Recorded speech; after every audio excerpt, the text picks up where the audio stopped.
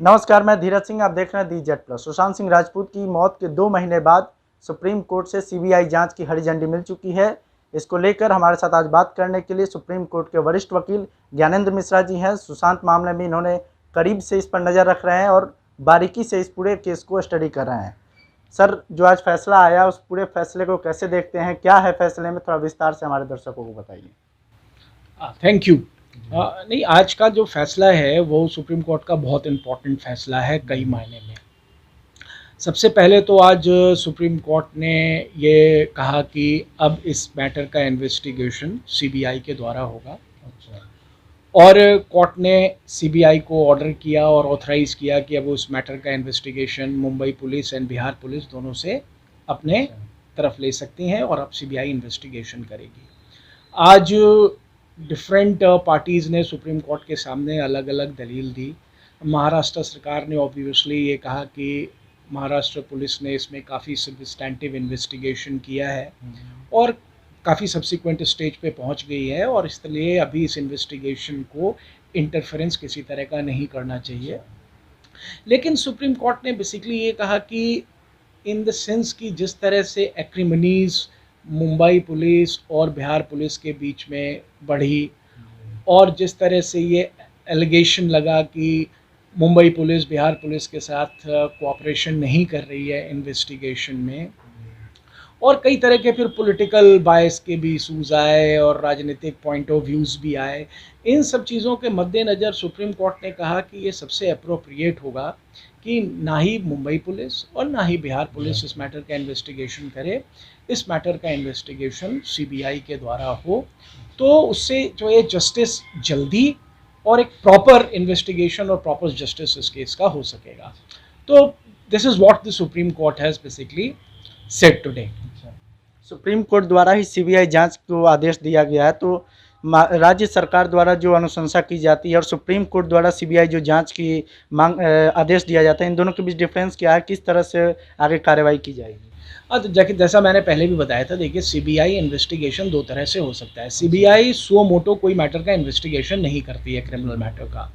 तो या तो जो भी सरकार है, स्टेट गवर्नमेंट हैं, जिनके पास ये कोई भी क्रिमिनल मैटर का इन्वेस्टिगेशन है या एफआईआर है पेंडिंग है, वो सेंट्रल गवर्नमेंट को रिकमेंड कर सकते हैं कि इस मैटर को सीबीआई को हैंड ओवर किया जाए और सेंट्रल गवर्नमेंट उस पर फिर अप्रोप्रिएट एक्शन और डिसीजन लेती है। या कोर्ट एम्पावर्ड है, सुप्रीम कोर्ट एम्पावर्ड है कि वो सुओ मोटो किसी भी मैटर को सीबीआई को इन्वेस्टिगेशन करने के लिए दे सकती है। तो आज जो सुप्रीम कोर्ट में हुआ वो दो चीज़ें हुई। एक तो सुप्रीम कोर्ट में दो एस्पेक्ट्स पे आज सुप्रीम कोर्ट में बहस हुई।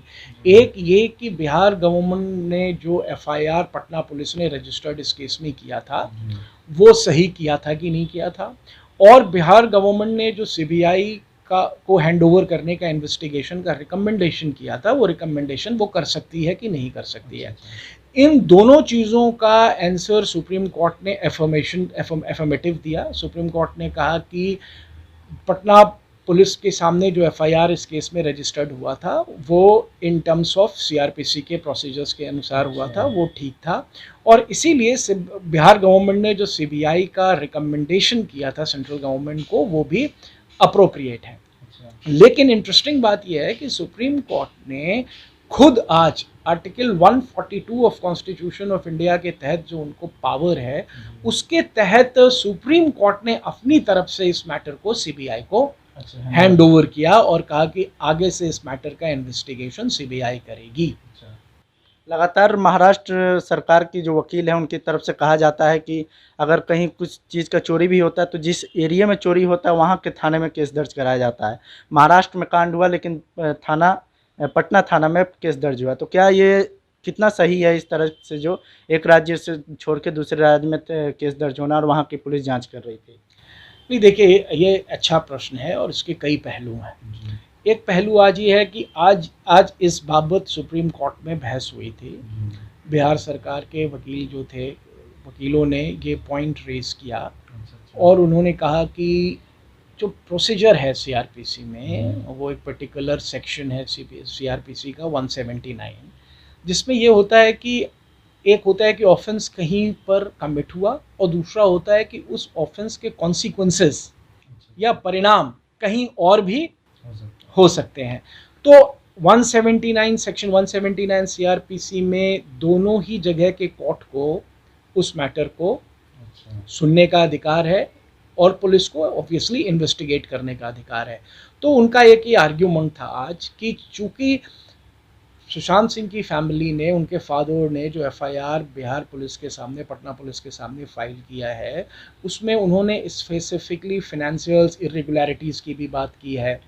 उन्होंने कहा है कि सुशांत सिंह के पैसे का जो है वो दुरुपयोग हुआ, उनके पैसे निकाले गए, वहाँ पे financials irregularity, financials fraud commit किया गया है। और चूँकि वो सुशांत सिंह जी के डेथ के बाद उनके सक्सेसर हैं, तो जो भी उसके पैसे थे या जो उनकी प्रॉपर्टी थी, उनमें इनका एक लेजिटिमेट इंटरेस्ट था, इनका एक लेजिटिमेट राइट था। तो उनका ये कहना था कि मेरे इस लेजिटिमेट राइट को, मेरे इस इंटरेस्ट को कॉम्प्रोमाइज़ किया गया है, और चूँकि मैं एक सफ़रर हूँ, उसका कॉन्सिक्वेंसेस मुझे हुआ है, इसीलिए एज पर 179 ये एफआईआर पटना पुलिस रजिस्टर्ड कर सकती थी। हालांकि कोर्ट ने स्पेसिफिकली इतना डेलिबरेट इस पर कोई ऑर्डर नहीं दिया है, पर कोर्ट ने ये बात बिल्कुल स्पष्ट रूप से कही कि जो पटना पुलिस के सामने एफआईआर रजिस्टर्ड हुआ था वो in accordance with the law हुआ था, उसमें कोई ऐसी इरेगुलरिटीज़ नहीं है। और चूंकि एफआईआर अप्रोप्रिएट है, एफआईआर लीगल है, इसलिए बिहार सरकार को ऑब्वियसली ये राइट भी है कि वो उस मैटर को सीबीआई के रिकमेंडेशन के लिए सेंट्रल गवर्नमेंट को कहे। अब एक दूसरा और इससे एक इंटरेस्टिंग बात और ये निकल कर आ रही है, जिस प्रश्न को आपने हिंट किया है कि ये थोड़ा सा अनप्रेसिडेंटेड हुआ है। ऐसा बहुत बार नहीं हुआ है कि ऑफेंस किसी और स्टेट में हुआ है और इन्वेस्टिगेशन किसी और स्टेट की पुलिस ने किया, फिर उसी गवर्नमेंट ने सीबीआई की इंक्वायरी का भी रिकमेंडेशन किया। तो इसका ये पहलू है, बड़ा इंटरेस्टिंग पहलू है कि क्या सुप्रीम कोर्ट का ये जजमेंट एक ऐसा प्रेसिडेंस सेट करेगा, क्योंकि इसमें कई तरह के पॉलिटिकल एंगल आते हैं। एक जो हमारा फेडरल स्ट्रक्चर है उसके इशूज़ भी आते हैं, और इस तरह के पॉलिटिकल एनवायरनमेंट में जहां सेंटर में एक अलग पार्टी है और स्टेट्स में अलग पार्टी का गवर्नमेंट है और काफ़ी पॉलिटिकल राइवलरीज़ है, पॉलिटिकल एक्रिमनीज़ है, ये एक इशू निकल कर आ सकता है कि क्या सेंट्रल गवर्नमेंट एक एक्स्ट्रा एम्पावर्ड हो गई है इस जजमेंट में कि किसी भी स्टेट में ऑफेंस होने के बाद किसी दूसरे स्टेट में एफआईआर रजिस्टर्ड करा के वहाँ की गवर्नमेंट से सीबीआई का रिकमेंडेशन करा के और फिर सेंट्रल गवर्नमेंट थ्रू सीबीआई उस इन्वेस्टिगेशन को इन्फ्लुएंस कर सकती है या कंट्रोल कर सकती है। मतलब इस पर सवाल उठेगा, इस पे सवाल उठेगा। और दूसरा ये भी उठेगा कि क्या इस पर्टिकुलर जजमेंट को, जो आज ऑर्डर आया है कोर्ट का, इसको बाद के मैटर्स में एज ए प्रेसिडेंस साइट किया जाएगा। तो इसमें मेरा ये कहना है कि कोर्ट ने ऐसा कोई ऑब्जर्वेशन नहीं किया है कि ये कोई प्रेसिडेंस सेट करेगा, और कोई भी सुप्रीम कोर्ट का जजमेंट हो या हाई कोर्ट का जजमेंट हो, वो उसके अपने पिक्यूलियर फैक्ट्स एंड सर्कमस्टेंसेस होते हैं। तो अनलेस कोर्ट वेरी स्पेसिफिकली ये बात नहीं कहती है कि ये पर्टिकुलर ऑर्डर एक लीगल पोजीशन को सेटल कर रहा है और सो दैट कि it will be use as a precedence for other matters, तब तक इसको प्रेसिडेंस मानना ठीक नहीं है।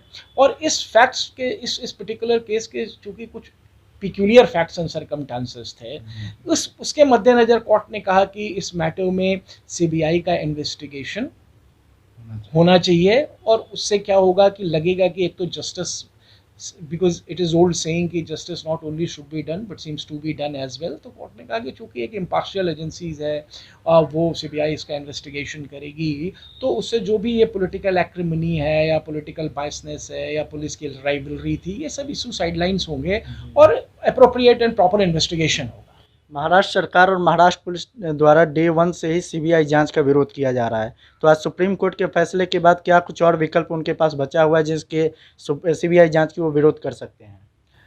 नहीं, इंटरेस्टिंगली आज महाराष्ट्र गवर्नमेंट के तरफ से जो वकील थे, जब सुप्रीम कोर्ट का ये ऑर्डर आया कि इस मैटर का सीबीआई इन्वेस्टिगेशन होगा, तो उन्होंने स्पेसिफिकली कोर्ट से ये रिक्वेस्ट किया कि महाराष्ट्र गवर्नमेंट को जो बिहार सरकार ने सीबीआई का रिकमेंडेशन किया था, सीबीआई इन्वेस्टिगेशन का, उसको चैलेंज करने की अपॉर्चुनिटी दी जाए।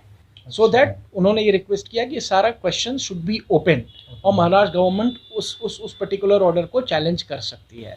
लेकिन सुप्रीम कोर्ट ने उनके इस रिक्वेस्ट को निगेट कर दिया, मना कर दिया। उन्होंने कहा कि ऐसा आप नहीं कर सकते हैं, क्योंकि अभी सीबीआई का जो इन्वेस्टिगेशन का ऑर्डर हुआ है वो सुप्रीम कोर्ट कर रही है। ये बिहार गवर्नमेंट के रिकमेंडेशन का इशू नहीं है, ये इशू ये है कि सुप्रीम कोर्ट ने अपने इनहेरेंट पावर को यूज करते हुए इस मैटर को सीबीआई को इन्वेस्टिगेशन करने के लिए दिया है, and that is why this order is not open for any challenge. तो महाराष्ट्र गवर्नमेंट के इस आर्ग्यूमेंट को सुप्रीम कोर्ट ने निगेट किया, डिनाई किया, और उन्होंने कहा कि ये जो ऑर्डर है सुप्रीम कोर्ट का for CBI investigation, it is A final order. कहा जा रहा है रिव्यू पिटीशन के लिए भी दायर हो सकती है इस मामले में, तो कितना ये इस केस में हो सकता है रिव्यू पिटीशन? नहीं, देखिए, मुझे लगता है कि रिव्यू पिटीशन का ऑप्शन तो अभी ओपन है। लेकिन जिस तरह से कोर्ट ने बिल्कुल क्लियर किया कि ये कोर्ट ने अपने इनहेरेंट पावर को यूज़ करते हुए सीबीआई को इन्वेस्टिगेशन हैंड ओवर किया है। ये बिहार सरकार का जो रिकमेंडेशंस था उसको गवर्नमेंट ने, सुप्रीम कोर्ट ने अप्रूव नहीं किया है। सुप्रीम कोर्ट ने सिर्फ इतना कहा कि बिहार सरकार was competent to recommend the CBI investigation in this, request the central government to initiate CBI investigation in this matter. पर जो सीबीआई को आज हम मैटर दे रहे हैं वो सुप्रीम कोर्ट अपनी तरफ से कर रहा है, तो इसीलिए ये फैसला अब एक फाइनलिटी की ओर पहुंच गया है, और सीबीआई की एसआईटी टीम शायद कल ही मुंबई जाएगी। और सुप्रीम कोर्ट ने स्पेसिफिकली आज ये भी अपने ऑर्डर में कहा है महाराष्ट्र गवर्नमेंट को कि जितनी भी इन्वेस्टिगेशंस अभी हुई हैं और जो भी एविडेंस कलेक्ट हुए हैं वो सारे एविडेंस इमीडिएटली सीबीआई को हैंड ओवर किया जाए, and same instruction has been given to Bihar police as well कि बिहार पुलिस के पास भी जो भी मटेरियल है, जो भी एविडेंस है, जो भी स्टेटमेंट उन्होंने रिकॉर्ड किया है, वो सारे इमीडिएटली सीबीआई को हैंड ओवर किया जाए। And I think CBI will act quickly now in it, and CBI शायद कल मुंबई जाएगी और सारा हैंड ओवर इन्वेस्टिगेशन का अपने ऊपर ले लेगी। हमसे बात करने के लिए धन्यवाद। Thank you.